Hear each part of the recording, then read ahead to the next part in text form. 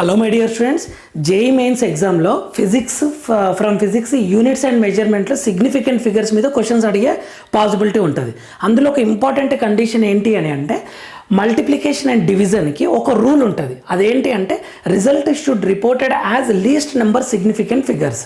అంటే ఒక multiplication division తర్వాత వచ్చిన ఆన్సర్ని మనం లీస్ట్ సిగ్నిఫికెంట్ ఫిగర్లా రాయాలి. Answer should reported as. Example చెప్తా చూడండి. ఇక్కడ 2.5 ఉంది, 1.25 ఉంది. ఇది మల్టిప్లై చేస్తే ఆన్సర్ ఎంత వస్తుంది?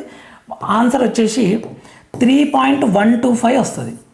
ఓకే, దీని ప్రకారం మనం ఆన్సర్ని ఎలా రిపోర్ట్ చేయాలి అంటే క్వశ్చన్లా ఇచ్చిన రెండు నెంబర్ల సిగ్నిఫికెంట్ ఫిగర్స్ 2.5కి ఎంత 2, 1.25 సిగ్నిఫికెంట్ ఫిగర్స్ ఎంత 3, లీస్ట్ ఎంత 2 significant figures.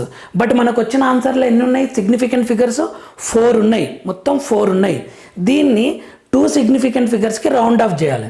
2 significant ఫిగర్స్కి round of ఎలా చేస్తాం? 3 పాయింట్ రాస్తాం. ఈ 1ని చేంజ్ చేయాలా సేమ్ రాయాలంటే 2 మీద డిపెండ్ అయి ఉంటుంది. అది 2 అనేది <5 కాబట్టి ఇవన్నీ యాస్టిస్గా రాస్తాం. సో ఆన్సర్ ఏమవుతుంది? 3.1 అవుతుంది ఆన్సర్. ఇప్పుడు దీని మీద ఒక క్వశ్చన్ చేద్దాం మనం. 2025 జనవరి 24 షిఫ్ట్ 1లో వచ్చింది క్వశ్చన్. 2025లో వచ్చింది. 32.3 ఇంటూ 1125 డివైడెడ్ బై 27.4. ఇందులో సిగ్నిఫికెంట్ ఫిగర్స్ ఎన్ని ఉన్నాయి? 3 ఉన్నాయి. ఇందులో సిగ్నిఫికెంట్ ఫిగర్స్ ఎన్ని ఉన్నాయి? 4 ఉన్నాయి. ఇందులో సిగ్నిఫికెంట్ ఫిగర్స్ ఎన్ని ఉన్నాయి? 3 ఉన్నాయి.